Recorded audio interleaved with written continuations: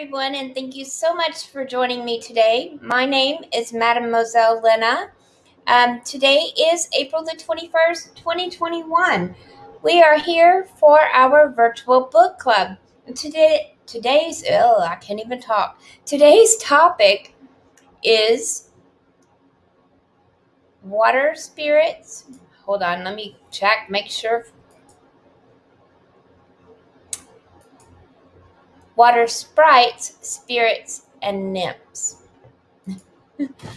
Okay, so I think it's going to be really exciting. I love Yemaya, La Seren.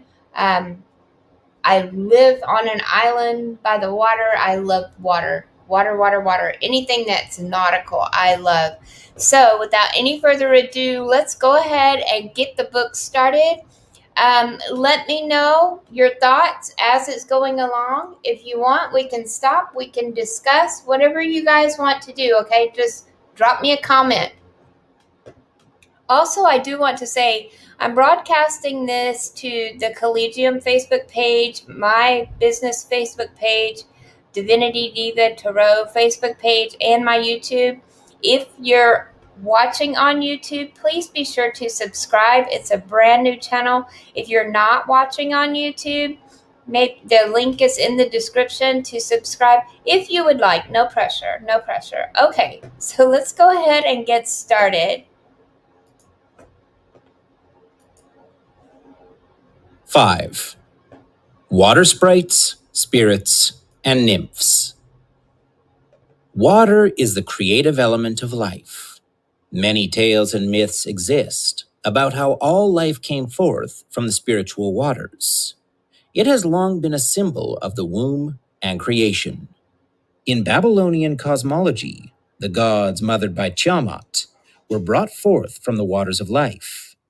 In Scandinavian lore, the sea goddess Raun and her male counterpart, Aegir, had 9 giant daughters, the waves. Water is both creative and destructive, a source of life and death. From the amniotic fluids of the prenatal experience to the nourishment it provides throughout life, it is essential to our existence. It is a primary element within the human body, coursing through our veins. On the other hand, death is often described as a crossing of the waters.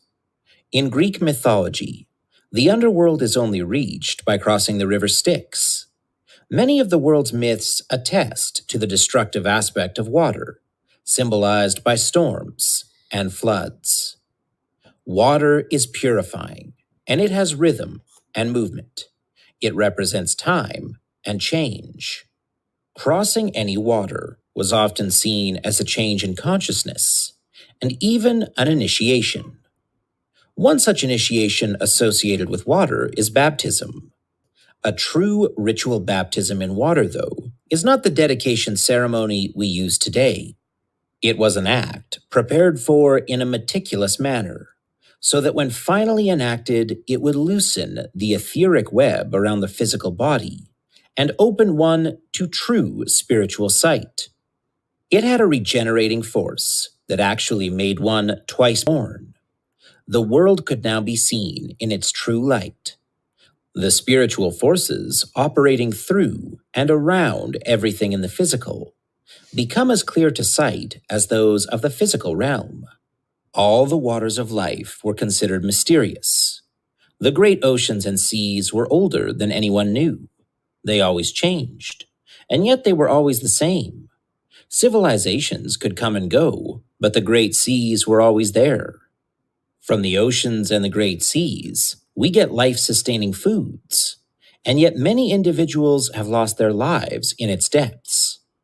Water was always shifting, with no beginning and no end. In more ancient times, the magic of water had no bounds. It could estrange you from that which made you human, or it could bestow wisdom and spiritual sight. It could cure diseases, and it could even restore youth. In the Celtic tradition, there is the well of the world that could restore life to dead men. In the Arthurian sagas of the Celtic tradition, the Lady of the Lake gave Arthur the sword Excalibur. Water has a life of its own. It is a world in which many fantastic creatures and beings exist. These beings are still found within the water kingdoms, and they are not limited to only the undines.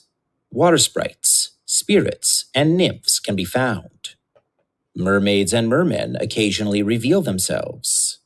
The water fairies, and those beings often thought of as sea gods and goddesses, are more fact than fiction. The American Indians believe that the waters of lakes, rivers, and oceans are inhabited by a mysterious people, the Water Indians. Wherever there is a natural source of water, the water spirits can be found. Tiny water fairies can be seen flowing in the sprays of waterfalls. Water sprites can be seen riding the crests of waves in the ocean or on the backs of sea creatures. They can be seen dancing on the surface of bay and shore waters. Mermaids can occasionally be seen bobbing on the surface of the ocean. The water fairies of streams and lakes are not as numerous as those of the great oceans and rivers, but they can still be found. In Germany, the sprites of lakes and streams are called nixies, and stories are still surfacing of human encounters with them. Freshwater ponds are often a wonderful place to discover water fairies. There are qualities that are universally attributed to most water spirits and fairies. 1. Beauty is their keynote. This beauty is often reflected through feminine forms. This does not mean that there are no male water spirits, as there are mermen and such. Water, though, is so universally and archetypically feminine that this may be the most ideal or easiest form for them to appear. 2. They communicate through our emotions. 3. They are generally sweet and gentle. There have been many stories of beautiful water nymphs and mermaids who seduce and lead men to their doom or death. For example, the sirens of ancient Greece, with their haunting songs to sailors. Although many of these tales are superstitious, often they are symbolic of the change occurring within the mind and consciousness of one who encounters such a wondrous realm.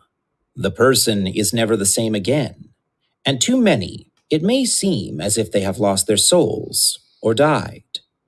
Such accounts may reflect that for the first time in a person's life, they caught a true glimpse of their souls. There are many psychological and spiritual interpretations for these associations with doom and death. 4. A fluidness is very characteristic of most. Water spirits can present themselves in the most enticing, seductive, and appealing forms. They can also take the form of sea creatures, for example, seals, dolphins, turtles, etc. Many shore creatures share their magic and serve as a bridge to humans. For example, turtles, lizards, frogs, etc. 5. Water fairies are generally and genuinely fond of humans, although they are hesitant to reveal themselves. 6. They have a special love of flowers and plants. An ideal way to invite their presence is by gently tossing flower blossoms onto the surface of a pond, stream, or other water source. If you have access to a freshwater pond, go to it some morning at dawn or dusk when there is no breeze. Toss the flower blossoms out a few feet from the shore and watch. Within a few minutes, the water will begin to ripple around the blossoms as the water sprites gather. Placing bouquets at the edge of the stream or pond can draw a water nymph, or even the guardian of the waters into sight. 7. They belong to, or are generally confined to their water source. They do have some freedom and can leave it for varying lengths of time, but they almost always stay very close to their home waters. 8. They have a great love for music, and they are often very beautiful singers. 9. They can bestow magical gifts and treasures, including healing and protection. They are skilled in enchantment. 10. They inspire love, inspiration, creative imagination, intuition, and clairvoyance. There is a difference between water elementals and other water fairies and spirits, but it is in degree of evolution. We must remember that all water is one, whether in a pot, stream, lake, or sea. Thus, all water spirits are connected. Most water spirits replenish our energy. They have an abundance of energy themselves, and it is usually of a healing nature. That is why going to the seashore has such recuperative power. Different water spirits are found in different locations. Although usually found close to their water source, they are not limited to it. Whenever I visit the ocean, I like to get up early and walk the beach, meditate, commune, and play with the water sprites riding on the early morning waves. On one occasion a number of years back, I was being overly playful. I walked along the edge of the water, and as the waves came in, I quickly danced out of the way. It was my way of playing tag with the water sprites. When the waves didn't catch me, I would laugh and sing out, "Nya, nya, nya." After the third day of this, I returned to my dwelling to find a necklace missing. It held a medallion that I had had since childhood. I was sure where I had put it before leaving for the beach, as I always took great care because of its specialness. I turned the house upside down looking for it, with no success. I went back to the beach thinking maybe I had worn it there without realizing. I retraced my steps, but again found no necklace. 6 months later, when I was back home, I put on a pair of pants that I had not worn in about a year. As I put my hands in the pockets to straighten them out, I discovered my necklace with the medallion. I then heard a laugh, and a chorus of "nya, nya, nya." I spun around, but there was no one near me. I understood then that the water sprites were not confined solely to their watery element. They had more freedom than I knew, and they had more power than I knew. This was their way of tagging me back, since I had teased them about not being able to do so at the ocean. Spirits of freshwater areas are usually more delicate in nature and appearance, but we must be careful about making assumptions along this line. For example, the mermaids are the mistresses of the oceans. They protect the sea animals and can bestow gifts upon humans, particularly great medical knowledge. They can also take human form for short periods of time. They have great beauty. Today, many believe that those sailors who reported seeing mermaids were actually only seeing manatees, sea cows. Having dived with the manatees, I know this could not be. No matter how long an individual has been at sea, there is no way he could mistake a manatee for a beautiful mermaid. There is the possibility, though, that the mermaid, upon being spied, may have assumed the form of a manatee or some other sea creature. There are also mermen. They are usually of great age. These male counterparts also visit the surface, but they rarely interact with humans. The traditional belief is that they have great control over the weather at sea. The Selkies of the Shetland Islands and Iceland were water spirits who took the form of gray seals. At night, they would come ashore and shed their sealskins, walking and dancing in the moonlight as men and women. The female Selkies were very beautiful and desirable. The male Selkies were very amorous. Women who wished to have children would cry 7 tears into the water to draw out a Selkie lover from its depths. After mating, they returned to the oceans. Often, the river women and freshwater spirits and nymphs take the temperament reflected by the water in which they live. Some water spirits and sprites are considered devious. In Scotland, a kelpie would often take the form of a young horse and lure a person onto its back for a ride.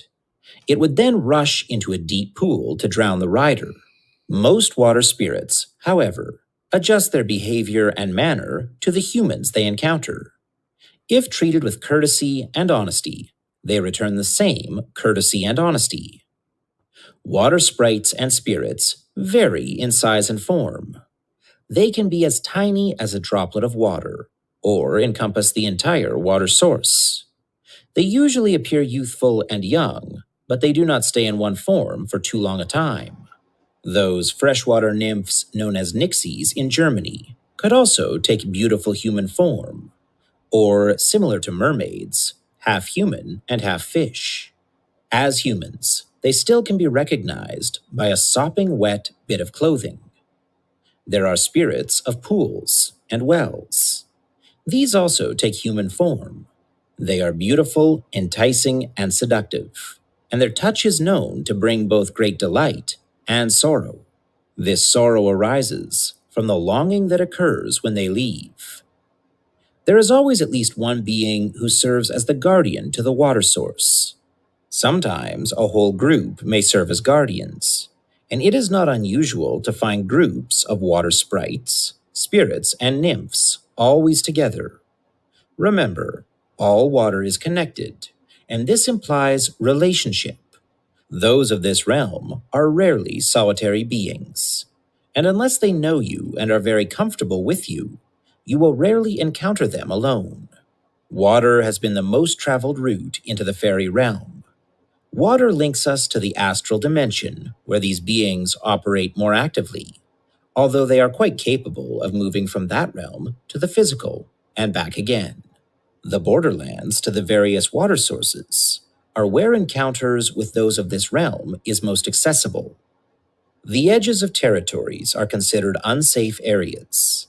The points where land meets water are intersections of worlds, doorways by which those of the water realm can enter the physical. Islands, beaches, lake shores, riverbanks, and the edges of wells are magical points where the mortal world intersects with the fairy realm. It was considered foolhardy to sleep or rest near brooks and the edges of streams. It was likely that you would fall under the enchantment of a water nymph that inhabited or guarded the waters. Natural ponds, wells, and pools are also open doorways, and thus very magical. In the Sumerian tale of Gilgamesh, there is a description of an enchanted pool that lies in the ocean floor itself. Water within water. In this pool grows a flower that is supposed to preserve human life. Pools of water after rain can provide temporary doorways into the fairy realm. There are many magical uses for them. When I was growing up, our yard sported a tree stump that was hollowed down about 6 inches from the top. After a good, hard rain, water would accumulate in that hollowed out area. It acted like a magic mirror, reflecting beautiful faces and scenes of the fairy realm. My grandfather was the one to point this out, telling me to go look inside the stump and never explaining why. He would just smile and walk away. Rainwater captured in a dark bowl, cauldron, or even a puddle will do the same thing. By setting a bowl out in the rain, or by digging a small rain hole in your yard, you are extending an invitation to those of this realm. Putting a small hole near, but not directly under a tree, is an effective way of creating a window or doorway. When it fills with rainwater, you have an intersection of two worlds. The steps for seeing through the window are simple. 1. Find a position near it, where you will be undisturbed and be able to look into the water. 2. Close your eyes, relax, and do a brief 3 to 5 minute meditation to harmonize yourself with nature. 3. Make several passes over your watery doorway with your left hand. This imparts sensitivity to the water and serves as a gesture of invitation. 4. Be patient and concentrate when gazing into the water. Do not stare intensely. Allow your gaze to be soft and half-focused, as if staring blankly, as in daydreaming. 5. Initially, the phenomenon will vary. You may see just a fogginess, like clouds passing by. This is positive. It means the door is open. Eventually, colors, images, faces, and entire scenes will come through. Each time you use this rain pool or bowl, the visions of the fairy realm will increase. Those of this realm will see this pool as a doorway created especially for them. Tidal pools are extremely magical spots. A tidal pool is water separated from the sea. Because of this, it is a doorway by which water spirits of the fairy realm enter and exit the mortal world. It is also a point in which mortals may leave the physical world to enter the watery realm of fairies. It is also a window by which we can observe this realm. Shore creatures often share the magic and protection of the water spirits. Sometimes they are signs that water spirits are near. These shore creatures may be turtles, lizards, frogs, seals, otters, cranes, gulls, etc. Sometimes the water nymphs will use the shore creature's form to study humans more closely, and sometimes water nymphs use them to send messages to humans. In Japan, there is a story, sometimes referred to as the crane and the turtle, of a man by the name of Urashima. This man encounters a group of boys abusing a large sea turtle that had been unable to get back to the sea with the tide.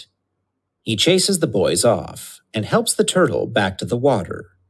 Instead of swimming away, the turtle remained, raised its head, and thanked Urashima for his kindness. As a gift, the turtle took Urashima on his back to the place beneath the waters, to the home of the Sea Lord. There, Urashima fell in love with the Sea Lord's daughter.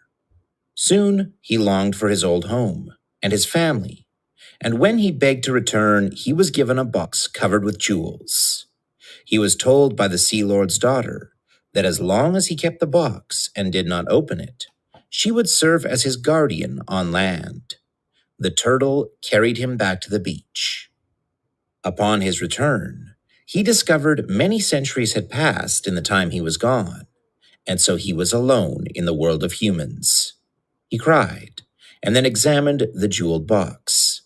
He decided there was no reason not to open it now, and he did.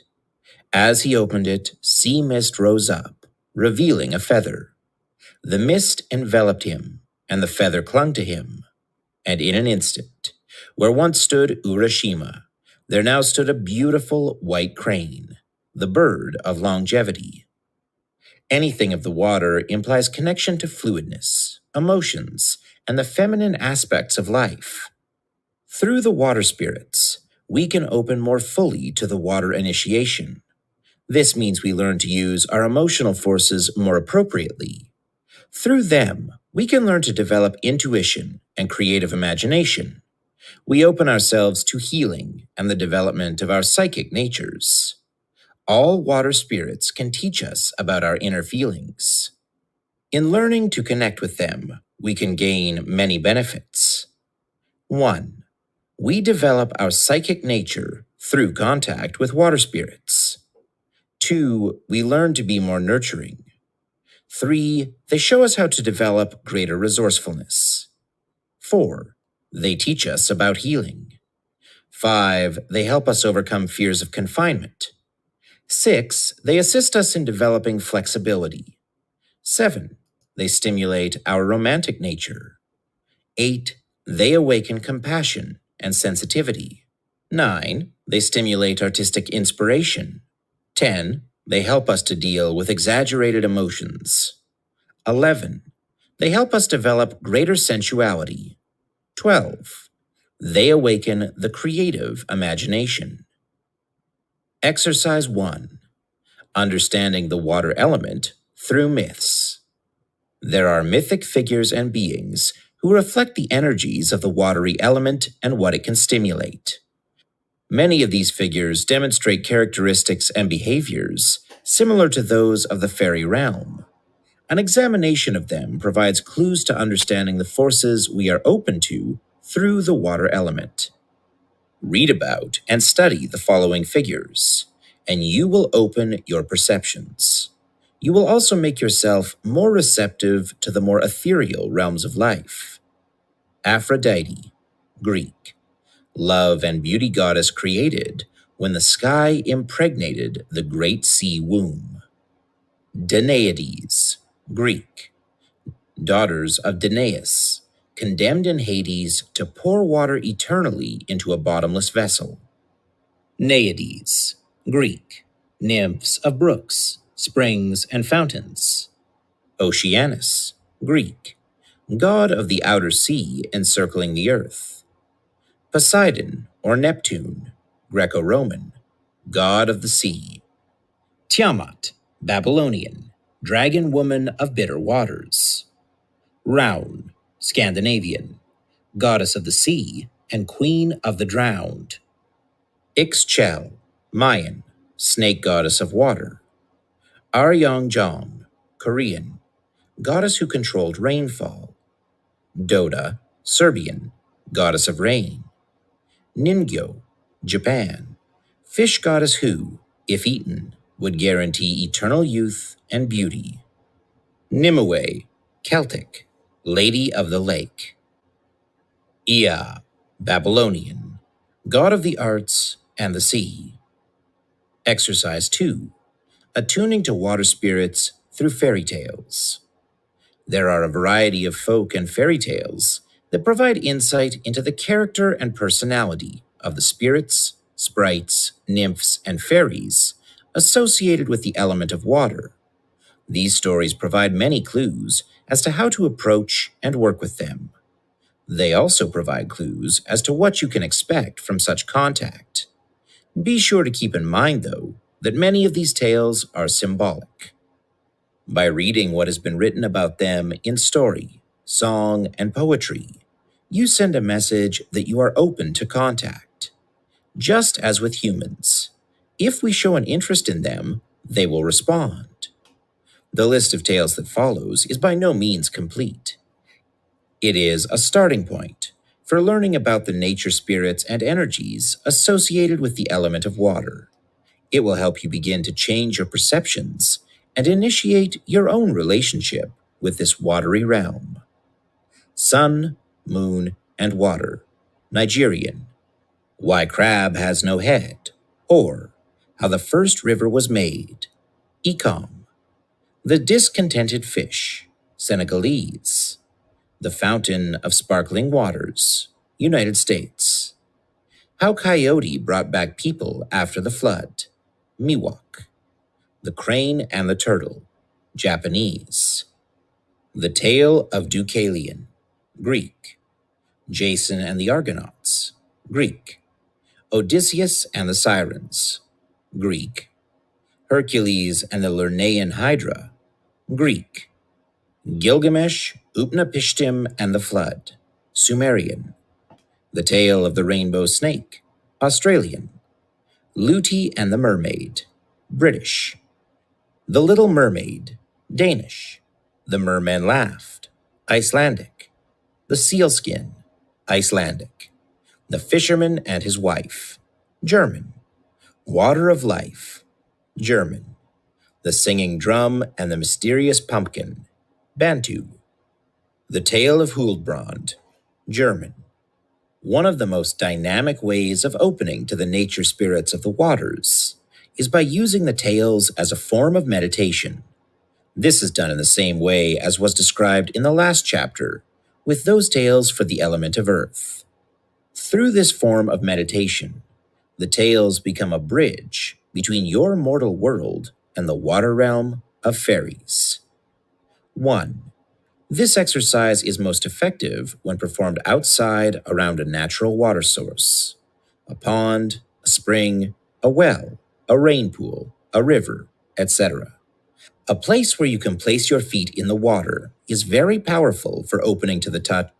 I just wanted to stop it. He was talking about going back to the last chapter and learning how to do the meditation and stuff. I do have a playlist for the book. It's called Virtual Book Club on my YouTube channel. So you're more than welcome to go back and watch the previous videos if you would like. Today's video is video number 5, so it's not that many videos if you want to go back and get caught up. Okay, we'll keep going. Of the water spirits. 2. Find a time when you will be undisturbed. Choose a story that you are drawn to, with water sprites, nymphs, mermaids, or other water spirits. Reread the story to familiarize yourself with it. 3. Now close your eyes and relax. Feel yourself connected to water. If you have not done it, place your feet in the water source. If nothing else, have a pool or bowl of rainwater that you can splash lightly over your face. Know that as you do this, you are activating your own watery elements, and you are calling forth your personal undine to help you attune to this element even more strongly. 4. Perform a deep breathing and progressive relaxation. You may even wish to buy a sound effects tape that has ocean sounds and rhythms to it. 5. As you relax with your eyes closed, visualize within your mind that you are sitting by the seashore. The waves roll in and break on the rocks and the beach around you. The sound is comforting in its continuousness. Occasionally, you can feel the spray lightly upon your face. The water has a hint of salt, and it makes you realize that here, water and earth intersect. There is a soft mist, and the sea about you is a rich green, fertile with unseen life. The sun is barely visible against the horizon, and you are not sure if it is rising or setting. The air is fresh and clean, and wisps of sea mist and fog are forming along the beach. They swirl and dance, as if actually coming to life out of the sea itself. The mist draws closer to you as you sit upon the rocks, watching and listening to the rhythm of the waves. It tickles gently as it encircles you. It is comforting. It actually has a life of its own, and all it seems to want to do is encircle and caress you with its nebulous touch. You feel safe and exhilarated, more alive than you have felt in ages as it draws up around you. Soon you are cloaked in this ethereal mist. The sea is lost to your vision, and the sound of the waves grows fainter. Then the caressing mist begins to fade. As it does, you find that you are no longer sitting upon the rock by the shore. 6. At this point, you visualize yourself as the main character in the fairy tale you have chosen. See yourself stepping into the storyline. Imagine yourself interacting with the people, the fairies, and other beings within the story. 7. You do not have to hold strictly to the storyline. Adjust it according to your own will. Use your creative imagination. Remember that the imagination is part of the feminine energies and part of what those spirits of the watery element can help us awaken and use. 8. At the end of the story, visualize the sea mist rising up and surrounding you again. As it does, the sound of the waves is heard once more. As the sea mist shifts and dances and moves over you and dissipates, visualize yourself sitting back on that rock overlooking the sea. Know that this shore is a borderland where the mortal world and the watery realm of fairies intersect. Know that each time you encounter such an intersection, even if only in a meditation, you will strengthen your connection to the water spirits. 9. Take slow, deep breaths and allow the scene to fade around you. The rocks disappear, and so does the great sea. You feel yourself sitting on that spot in nature where you began your meditation. Still keeping your eyes closed, feel the water element. If your feet are immersed, wiggle them. Does the water feel different? Do you notice anything out of the ordinary? 10. Now slowly open your eyes and gaze softly into and around the water. Are there any shadows? Any glowing spots within the water? Are there any shore creatures visible? Frogs, turtles, dragonflies, lizards, etc. Can you see any faces or scenes on the surface of the water? Do you feel as if you are being watched? Do you feel any touches or tingles upon the body? Pay attention to everything you feel. Don't worry that you may be imagining it all. Remember that imagination does not mean the same thing as unreal. Give thanks to the element of water and those beings of it for sharing with you. And then go about your day's business, knowing that each time hereafter, the connections and responses to water energy will grow even more tangible. Exercise 3. Meeting the King of the Undines. 1. Begin this meditation just as you did the previous exercise. Find a time and place outdoors, if possible, where you will not be disturbed. A place where you can plant your feet in the water is most effective. 2. Now close your eyes and relax. Feel yourself connected to the water. You may even wish to splash your face lightly. Know that as you do this, you are activating your own watery elements. 3. As you relax, with your eyes closed, visualize yourself sitting by the seashore. The sound of the waves is comforting in its continuousness. The rock upon which you sit occasionally catches a wave as it rolls in, and you feel its spray upon your face. It is stimulating, and the water has a hint of salt. It makes you realize that here water and earth intersect. The sea before you is a soft, rich green, and fertile with unseen life. The sun is not visible against the distant horizon, and you are not sure if it is dawn or dusk. The sea air is soft, and as you look out at the expanse of water, you begin to see wisps of mist and fog. At first, the wisps are scattered, but they begin to grow and draw together. They swirl and dance, as if actually coming to life out of the sea itself. The mist begins to form along the beach, so you cannot see where the shore ends and the water begins. Within the shifting sea mist, you begin to make out a vague form. The mist actually seems to dance around it, as if it is the center of its life and activity. Somehow you know that this must be Nixa, the king of the element of water. You whisper his name, more to yourself than to the waters. But the sea mist responds, shifting and dancing around the figure. It becomes more clearly defined. A second time you speak the name, this time a little louder. You do this as if to test whether the mists will shift and dance in response to your voice again. The mist swirls and arches around the figure, and you begin to see it move. Yet a third time, you speak the name of Nixa, sending it out strong and clear. The sea mist parts, and Nixa steps out from the water and onto the shore before you.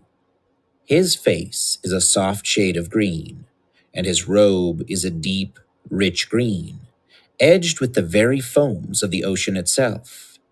His face shifts and changes, almost as if in response to each wave of the ocean itself. His eyes hold your attention with great feeling. He motions for you to follow him, and you stand and walk beside him along the shore.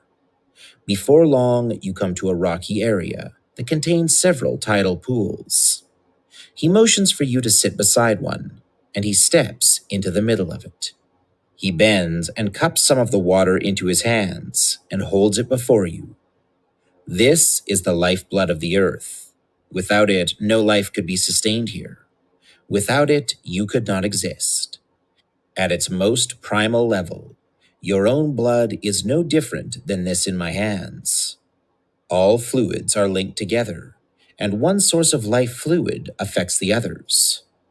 Nixa turns his hands over and restores the water he cupped within them to the tidal pool below. He waves his hand across the surface of the pool, and scenes begin to appear. You see the life essence and energy of water everywhere.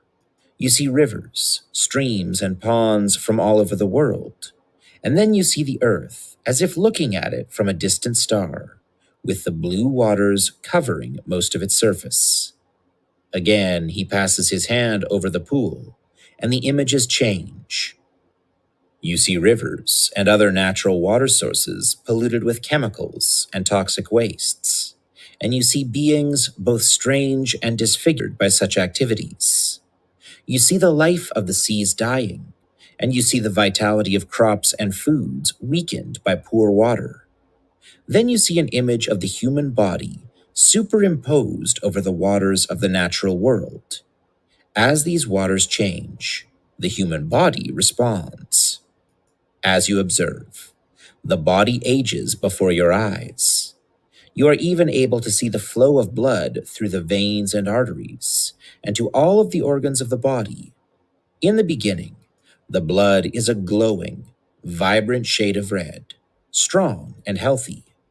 As the body ages and is exposed to impure water sources and foodstuffs grown with them, the blood changes from a vibrant to a duller shade. The polluted waters of the world have an ill effect on the human body. It makes you feel tired, unclean, and thirsty for pure waters. As a stream is polluted in the world, so the stream within your own body is polluted. As the waters are respected and harvested, your own life becomes respected and brings great harvest. Though humans try to believe otherwise, no part of the world is separate from them. Everything influences everything else. Yet again, he passes his hand over the tidal pool. Now you see images of the water sources of the world that you had never expected. You see forms, faint and delicate, dancing upon the crests of waves. You see deep ocean creatures of life and vibrancy. You are shown beautiful devas and nymphs that surround and inhabit every natural source of water. You see creatures of the waters and shores that bring health and new compassion to the world. You see yourself, strong and vital, working, playing, and living with them. You see a joint effort of both realms working together, and you see waters everywhere, flowing strong and clean and pure. From the water comes great life, abundance, and health. As you open to the watery world, you will have opportunity to work with those of this realm, to change what has gone before. You will learn to bring forth from the waters of your own life environment new inspiration and abundance. Nixa reaches again into the tidal pool, and he retrieves a beautiful, coral-colored shell. He then fills it with water from the pool and pours part of it over your head. It is cool, and as it streams down your face, there is a slight stinging of the eyes, but it passes quickly. You wipe your eyes and look again at Nixa. He stands brighter and stronger before you. You see and feel his energy deep within your soul, more intensely than ever before. The water has cleansed your vision. The world around you has changed. Everything is clearer and cleaner. In the distance, bobbing upon the ocean's surface, are several beautiful mermaids, their eyes fixed lovingly upon you. Several dolphins jump from the depths, a short distance from the shore, and you are positive that there are fairies riding upon them. Tiny water sprites are seen riding the crest of each wave, emitting soft, musical laughter as the waves break on the shore. Nixa holds the shell, still containing water, to your mouth, and you drink. It is sweet and crisp. You never knew that water could taste like this. It fills you with a love for the waters and those beings of it. It also leaves you with a sense of longing for even more. Nixa then places the shell in your hand. This is a sign of my promise to work with you and help open the mysteries of water to you. Do not be fooled by it, though, for it carries great responsibility. Water is an intoxicating elixir, and if you accept this, you are promising to immerse yourself in it and fill your life with it. By accepting this shell, you accept the responsibilities and the joys of working with my kingdom and those within it for the betterment of all. If you are unsure of this commitment, leave the shell within this tidal pool. Here it will remain for you until such time as you choose to take it upon yourself. The choice is always yours. Nixa passes his hand over the tidal pool again, and the sea mist rises from it. As it surrounds and envelops him, he is drawn down into it, and as the mist dissipates, there is no sign of him. You stand holding the shell in your hand. You look out to the ocean, and there, standing upon the crest of a wave, you see the figure of Nixa. Surrounding him are sprites and beings of the water element. A whale passes closely behind him, covering him in a shower of water. Then, there is nothing but the ocean. You look back to the tidal pool at your feet. You think about the water element and all that Nixa told you. You look at the simple beauty of the shell in your hand and all of its significance, and you make your decision. As you do, the image of the ocean and the shore begins to fade, and you find yourself back where you started at the beginning of your meditation. Excerpt from my personal journal. I began my chapter on water spirits early this morning. The owners of the apartment building were up early as well, preparing to continue their gutting of the open area. As I began my work on the water sprites, I noticed the weather changing. Although it started sunny, it grew increasingly cloudy. As I finished the section on using rainwater and pools as a window to the Faerie Realm, the first raindrops began to fall. I couldn't help but smile. This was either one of the greatest coincidences, or there were other forces at work. I believe the latter. The rain began to pour down, accompanied by tremendous thunder, and the work at the apartments was halted for the day. I decided to stop my work on the Water Sprites chapter as well. Somehow, I knew if I continued the next day, the rain would also continue. I began the next day with my meditation to connect with the water spirits, and I picked up where I left off. It was still cloudy outside, and as I worked, the rain began again, as it had off and on all night. The work of clearing the wild nature area was stopped for yet another day. I completed this chapter, but was left wondering what the contact with the air spirits would bring about in this situation. Continued at the end of chapter 6. Wow. I really enjoyed that. I'm sitting here thinking of all these different things. It reminded me of when I was pregnant with my son. I went to the beach and went out in the water. I don't know how to swim. I'm not even going to try to lie to you guys. I don't know how to swim. And I went out there and I was kind of like backing up a little bit, slowly, because the waves was coming in, crashing in. And so I would rather them hit me in the back than in my face, right? Excuse me. So all of a sudden I step back and I step into a hole and the undertow caught me. Scared the living shit out of me. It was terrifying. I thought I was going to die. Thankfully, though, there was someone out there who was further out than I was and was able to catch me and hit me and push me back up, to where I could finally get back and stand back up and get out of the water. And it was very scary, very scary. But another thing that I wanted to tell you guys, since you did stay with me until the end, I'm only telling you guys, I'm expecting to get a new camera in the mail today. And like I said at the beginning of the video, I do live on an island. So I am going to start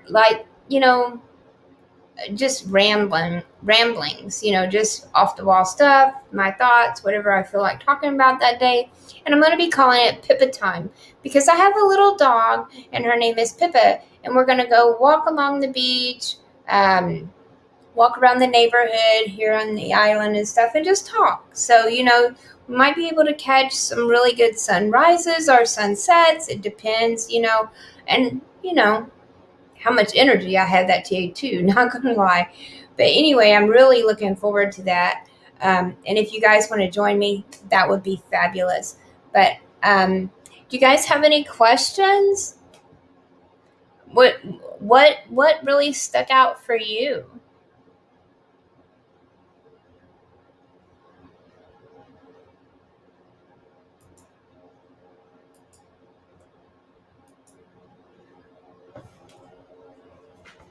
How did you like those meditations?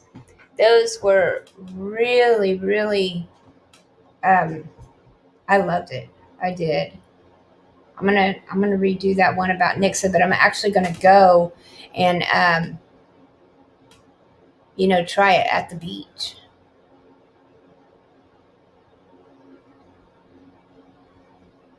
Oh, nothing really stuck out for you?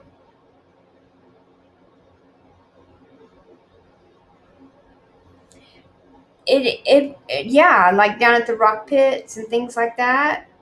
Swim, call it the swimming holes. Yep, I remember those times.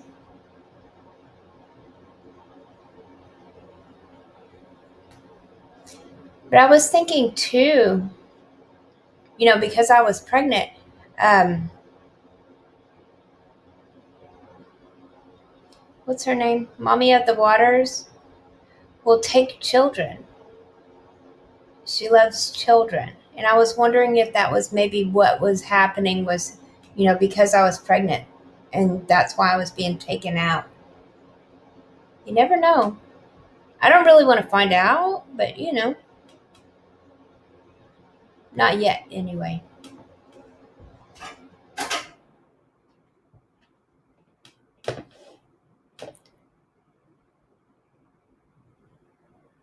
Hey guys, if y'all get a message telling you to inbox somebody, I want to tell you right now they are scammers, and you'll do it at your own risk.